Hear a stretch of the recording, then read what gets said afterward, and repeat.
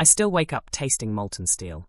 It's been 8 months since the night the factory floor opened its mouth and swallowed me whole, and the phantom smell clings to the back of my throat like a bad debt. Harbour Steel, Bay 3, 11:47 p.m.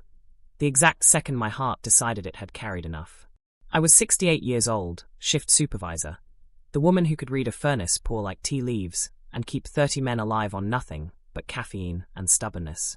My boots were cracked, my back was a roadmap of old injuries, and my left hand still bore the scar from the day Carl proposed by slipping his mother's ring over a welding burn. I remember the clipboard slipping first. The manifest for Order 47B, a rush job for some defense contractor who paid triple overtime. I'd stayed to sign it myself because the night foreman, Tommy Ruiz, had a newborn at home and I'd promised his wife I'd get him out by midnight. The clipboard spun end over end, 30 feet down into the orange glow of the smelter, and I thought, that's coming out of someone's paycheck. Then my chest clamped shut. Not pain, * pressure star. Like a vice forged in hell. My left arm went dead. My vision tunneled. I grabbed the railing, felt the heat through my gloves, and the last coherent thought I had before the world flipped was, Claire's rent is due tomorrow. Tommy found me face down on the catwalk, blood trickling from a gash above my eye where I'd clipped the guardrail. He screamed into the radio. Someone else screamed back. The AED paddles hit my chest twice in the ambulance. 43 seconds of flatline. They told me later. I was busy being dead. Hashtag the hospital, day 1. I woke to the sound of beeping that wasn't the factory's warning klaxon. The ceiling tiles were the color of nicotine stains, and 4 tugged at the crook of my elbow like a leash. My mouth tasted like I'd licked a battery. The nurse, Maria, ponytail fraying at the ends, eyes too kind for the job, leaned over me. Mrs. Voss? Eleanor? Can you squeeze my hand? I tried. My fingers felt like they belonged to a stranger. Good. You're in St. Jude's cardiac ICU. You had a massive myocardial infarction. We stent the Widowmaker, but you're not out of the woods. Do you know what day it is? I didn't. The morphine made everything soft and far away. We called your emergency contacts, Maria said, lowering her voice the way people do when they're about to deliver bad news with a smile. Your daughter, Claire Voss. Her phone went straight to voicemail. We left 3 messages. Same with your son, Daniel. And your grandson, Jordan. We'll keep trying. I nodded. Or thought I did. The drugs turned my head into a snow globe. Claire lives 42 minutes away in a loft she can't afford without my bridge loans. Daniel's food truck is parked outside the brewery district until 2 a.m. every night. Jordan's at State, majoring in content creation, on my dime. They're busy. They're always busy. I closed my eyes and let the morphine drag me back under. In the dark, I heard Maria's footsteps retreat, then pause. I'm sorry, she whispered to the empty room. Families should show up. Hashtag day 2, the phone. They let me have my phone on the second day. The battery was at 4%. The lock screen was a photo from last Thanksgiving. Claire laughing so hard her glasses fogged up. Daniel carving the turkey with that theatrical flourish he thinks makes him look like Gordon Ramsay, Jordan, 19, all elbows and $300 sneakers, snapping the picture with one hand while holding a craft beer with the other. I had paid for the turkey. I had paid for the table. I had paid for the house where the table sat. I had paid for the braces that straightened Jordan's teeth, the down payment on Daniel's truck, the rent on Claire's photography studio, the plane tickets to Tulum when Claire said she needed to reset her aura after Mercury retrograde. I opened the notifications with a thumb that still trembled from the atrial fibrillation they couldn't quite tame. Jordan had tagged me in a post. Timestamped 6:12 p.m. the day I collapsed. The photo loaded in agonizing pieces over the hospital Wi-Fi. A rooftop restaurant at golden hour, string lights blinking like cheap promises. Claire in a silk blouse I'd never seen before, raising a glass of something pink and fizzy. Daniel flexing in a leather jacket that probably cost more than my first car. Jordan's arm slung around a girl with eyebrows sharp enough to cut glass.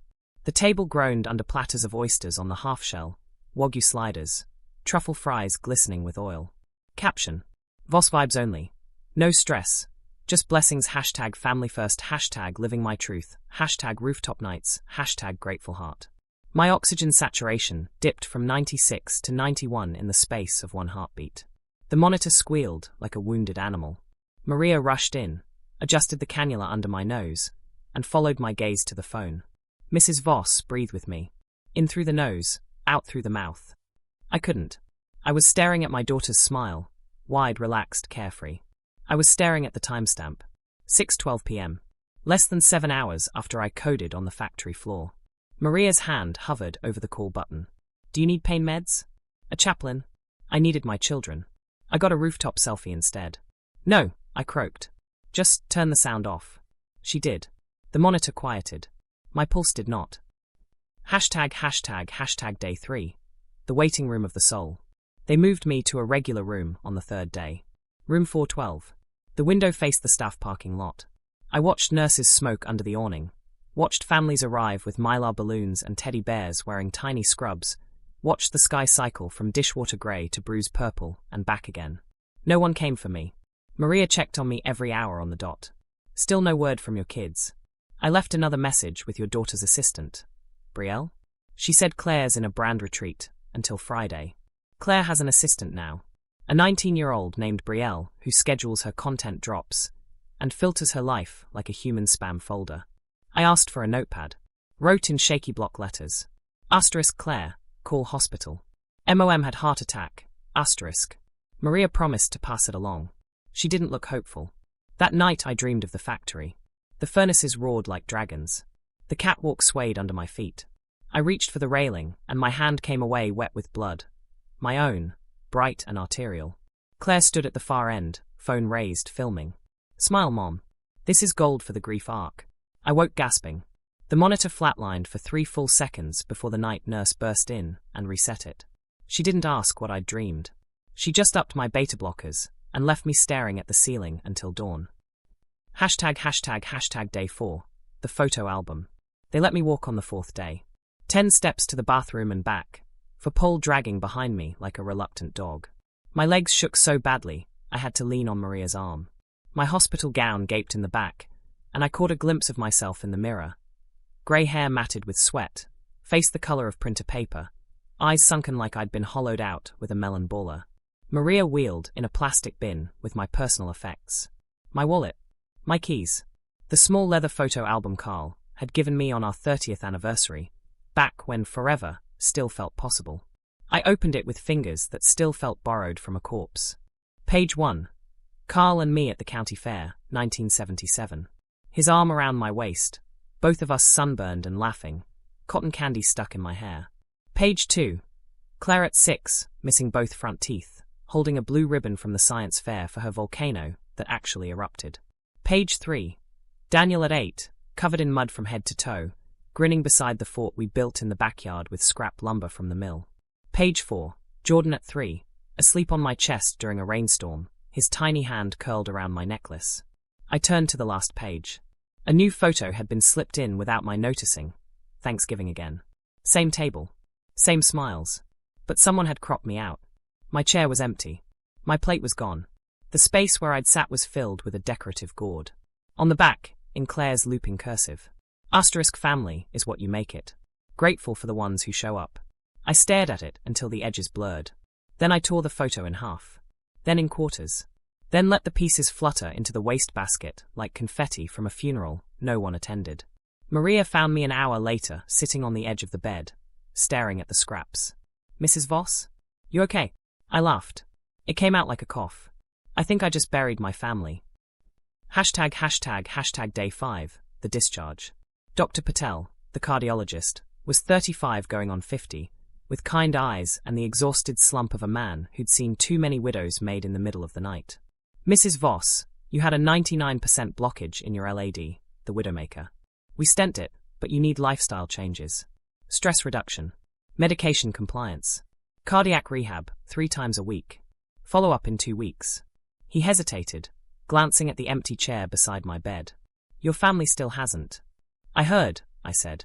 My voice sounded like gravel dragged across concrete. They're busy. Busy.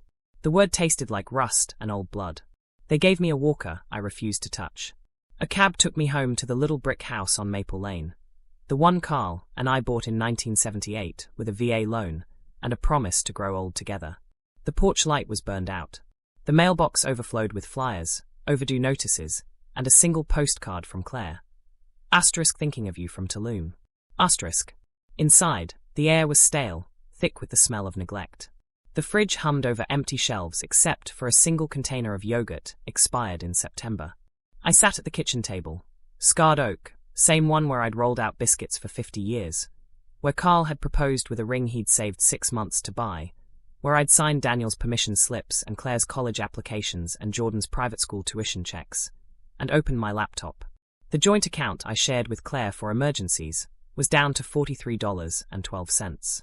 Daniel's food truck Venmo showed a $1,200 withdrawal labeled marketing shoot.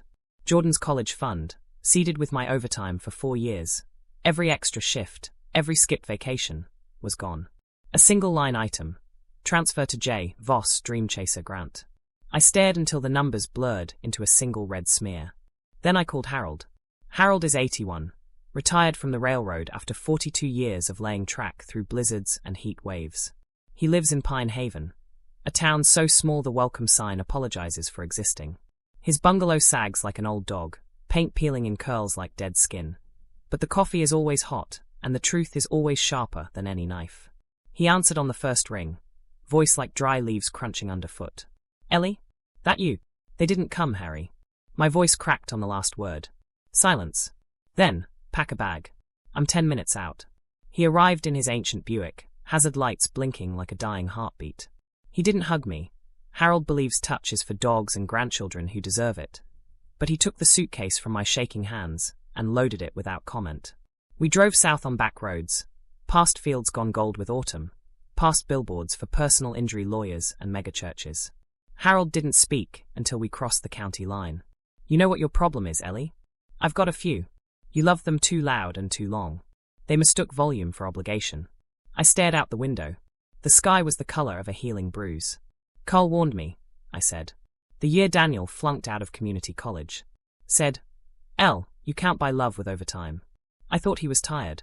Carl was tired, Harold said. Tired of watching you bleed for people who wouldn't cross the street to spit on you if you were on fire. The Buick rattled over a pothole. My chest ached, not the stent, just the truth settling in. Harold's kitchen table became mission control. The oak surface was scarred from decades of railroad timetables and solitaire games. Now it held spreadsheets instead of placemats, bank statements instead of recipes, a legal pad covered in Harold's spidery handwriting. He slid his bifocals down his nose and traced the hemorrhage with a pen. Lord, woman, you've been their personal ATM for 12 years solid. Let's tally it up. We did. Claire's loft rent, $2,800 per month x 36 months, equals $100,800.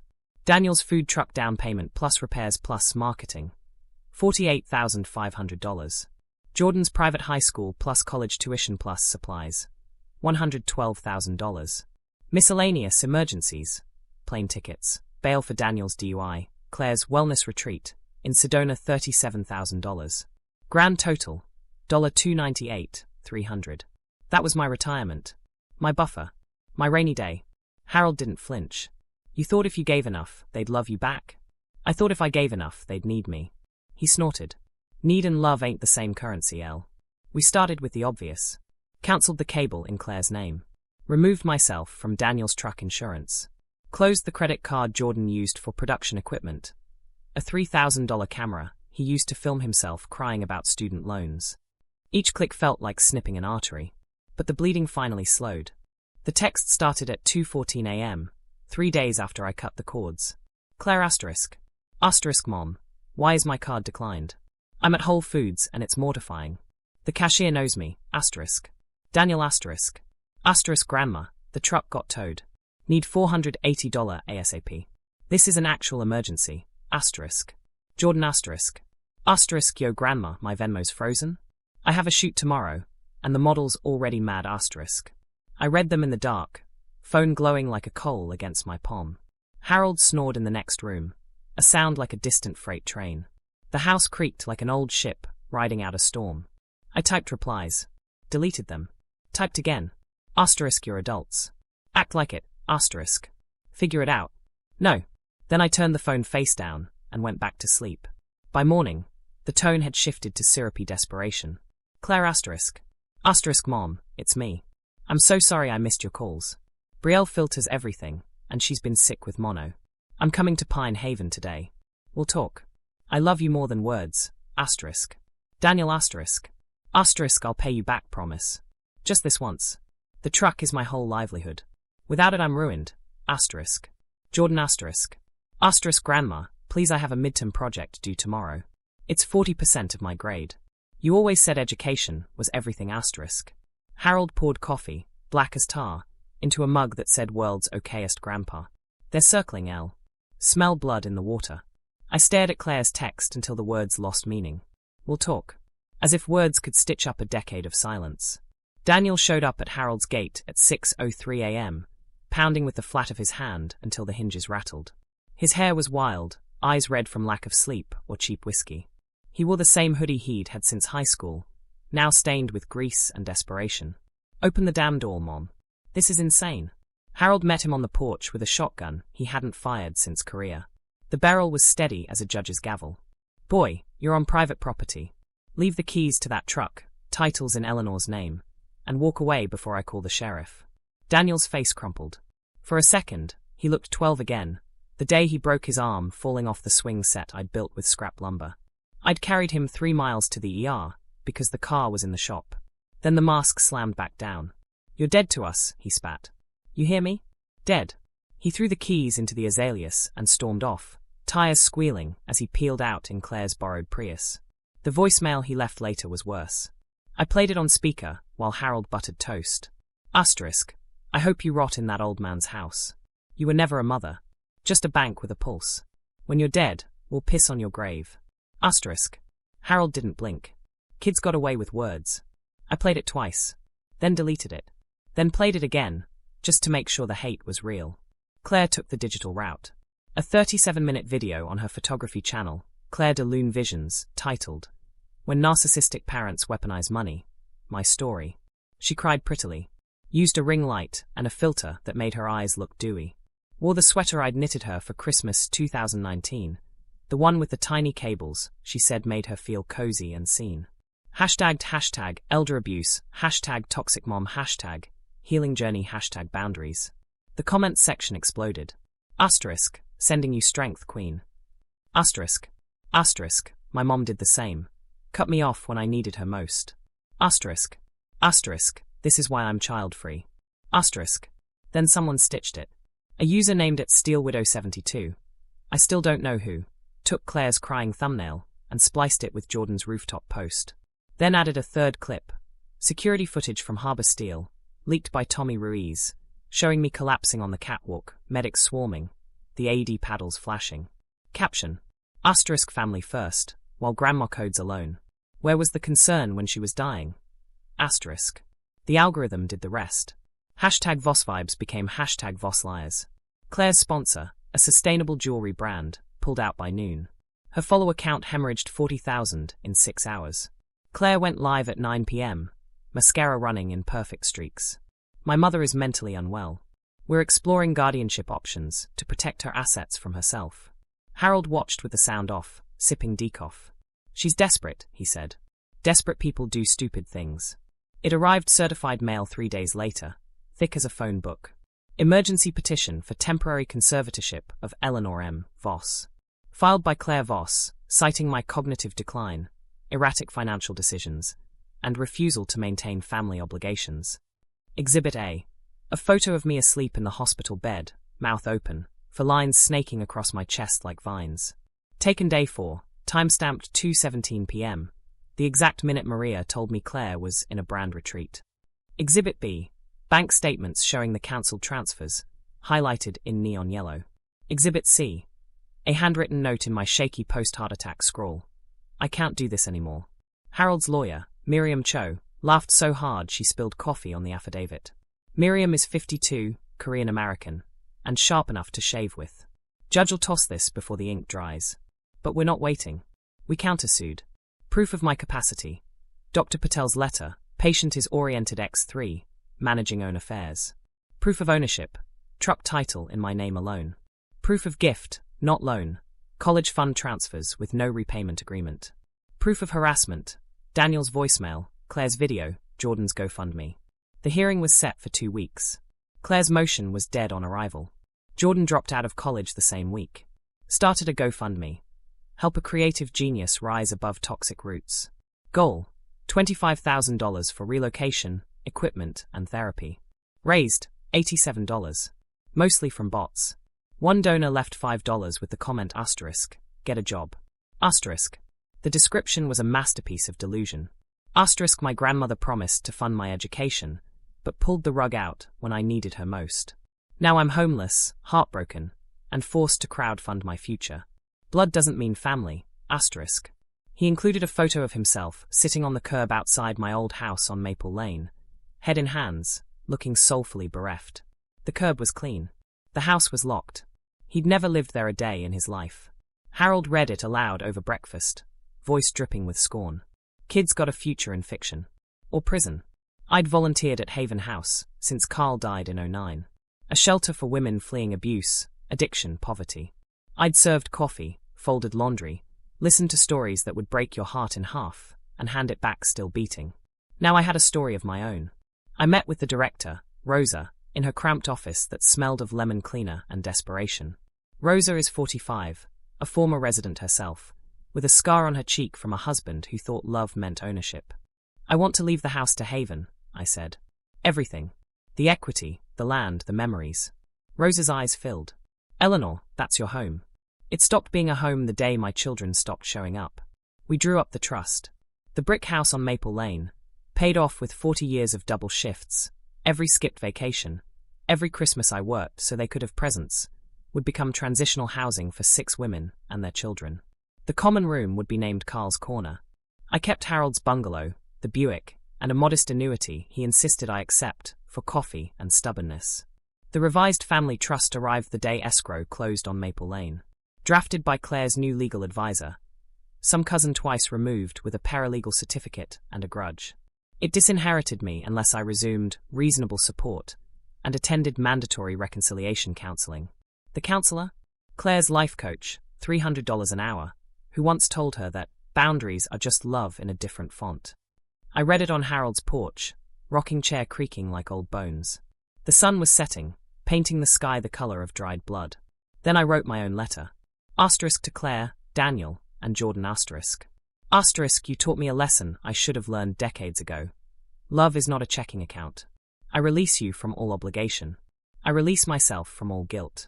The house is gone. The money is gone. The love you never gave is gone. Live with the consequences of your silence. Asterisk. Asterisk, I used to think family meant showing up no matter what. You proved me wrong. Thank you. Asterisk. Eleanor Voss. I mailed it certified. Then I unplugged the landline.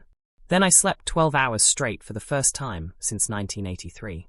The daffodils came early that year, pushing through the cracked sidewalk like they'd been waiting for permission. Harold taught me to bake sourdough, his starter older than my grandchildren, fed with rye flour and grudges. We ate it warm with butter and silence, the kind of silence that doesn't need filling. Some nights I still wake gasping, phantom pain in my chest like the stent is rejecting me. I count the ceiling cracks until the monitor in my memory quiets. Then I remember. The only heart I'm responsible for now beats under my own ribs. The shelter opens in June. I'll be there with lemonade and second chances for women who, like me, once believed love meant emptying yourself until nothing remained but a shell with a pulse. My phone stays in a drawer. The grandkids' numbers are deleted. The past is a house I no longer own. Claire's channel is gone, demonetized, then deleted. Daniel's truck was auctioned. He works nights at a gas station now. Jordan busses tables at the rooftop restaurant where they celebrated my near-death.